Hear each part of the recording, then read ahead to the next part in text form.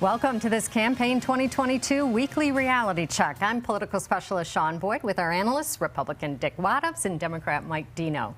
Republican gubernatorial nominee Heidi Ganahl announced her running mate this week. Danny Moore is a decorated Navy veteran and Centennial business owner who became the focus of controversy last year after he was removed as chair of Colorado's Independent Redistricting Commission over social media posts where he questioned the results of the 2020 election. You know, Dick, voters often don't pay a lot of attention to lieutenant governor picks unless they're controversial. So does this help or hurt Ganahl? Well, the motto for lieutenant governor picks is first do no harm.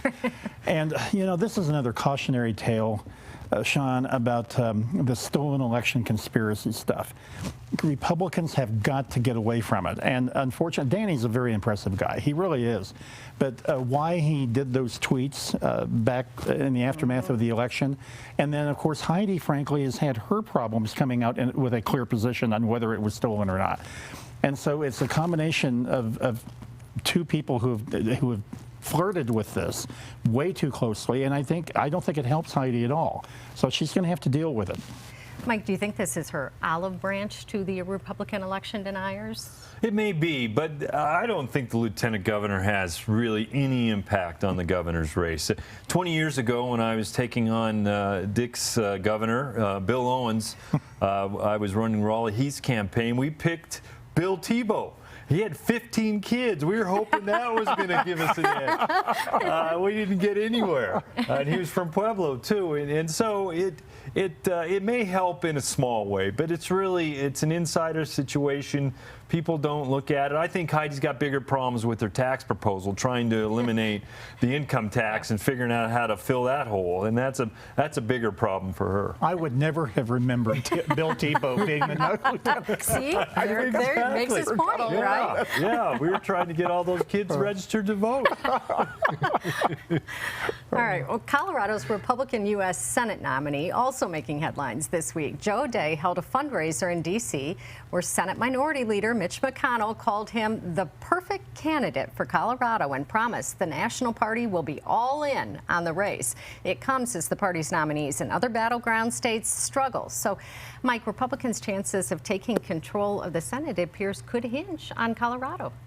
Well, I think Colorado, you know, we kind of lost our battleground state status when people thought we've gone all blue. So it'd be nice to be back in the spotlight. But I don't think people really pay attention to Mitch McConnell and Chuck Schumer like Dick and I do. Yeah. I mean, you know, we're always saying these guys, you know, they're just pawns for the bigger guys in D.C. And I don't think people pay attention to it. Michael Bennett's come out with his first commercial. It is focused on running against Washington, and certainly has him in the Colorado outdoors, and I think people look for Colorado values, and certainly I feel Michael Bennett certainly exemplified those over the time he's been in the Senate. You know, Dick, O'Day's pro-choice. He's not exactly pro-Trump. No. He's really going to be counting on those right-of-center unaffiliated voters to win, which is why even if you don't pay attention to the Mitch McConnells of the world or the Schumers of the world, you are going to pay attention to their money, and he's going to need it. That's right, and that was the significance, Shaun, of McConnell, is that it's not that anybody in Colorado cares about McConnell. Mike is right about that. But the national party, the national Senate Republicans have paid no attention to Colorado till now. Believe me, if Ron Hanks had been our nominee, they would have been running from this race. But when Mitch McConnell shows up at the fundraiser, the number 2 guy, Senator John Thune of South Dakota, the NRSC chairman, Senator Rick Scott of Florida, that means financially they are all in. It will mean millions of dollars coming in, and it will dramatically close that gap right now that exists. It really does turn this race into a very competitive race. I'm sure O'Day's campaign, all they saw was dollar signs. No doubt about it. Those guys showed up.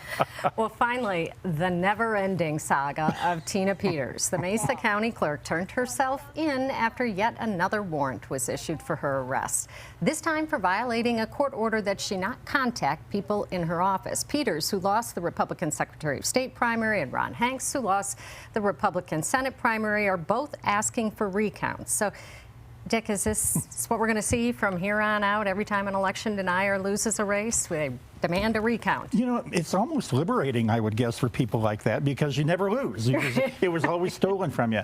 But no, and this was the danger of her being the nominee for Secretary of State. This daily, weekly saga of her violating the law, being arrested, going to court, being investigated, was going to be such a distraction for Republicans. I actually think that she kind of almost helps Republicans now when she does this stupid stuff, because she and Ron Hanks wanting recounts and then the election was stolen, they're getting so far to the fringe that I think a lot of voters are going to say they are nuts.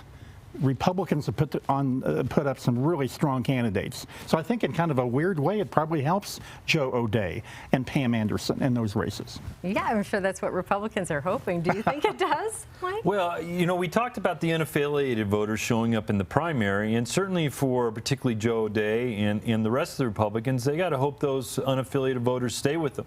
And they may not have an easy time at discerning between Tina Peters and a regular Republican. Yeah, she stays in the spotlight, yeah, for sure. and you know, we're in the middle of the summer, and as Dick and I know, this is the hardest time to run a campaign because nobody's paying attention. People want to be on vacation. They're looking for pool time, and you know, we got to get to Labor Day, and so that makes it hard. I think what was interesting about Tina Peters in one way, she even turned on Lauren Boebert. Yeah. And so that does, to Dick's point, really put her on the extreme and may reduce any credibility she has in trying to influence voters and where they're going to go in November. Yeah, maybe, but boy, she sure stays in the spotlight. Yeah, you know? yeah. We keep talking about it. Yeah, it's true. That's it for this week. We will see you again next week.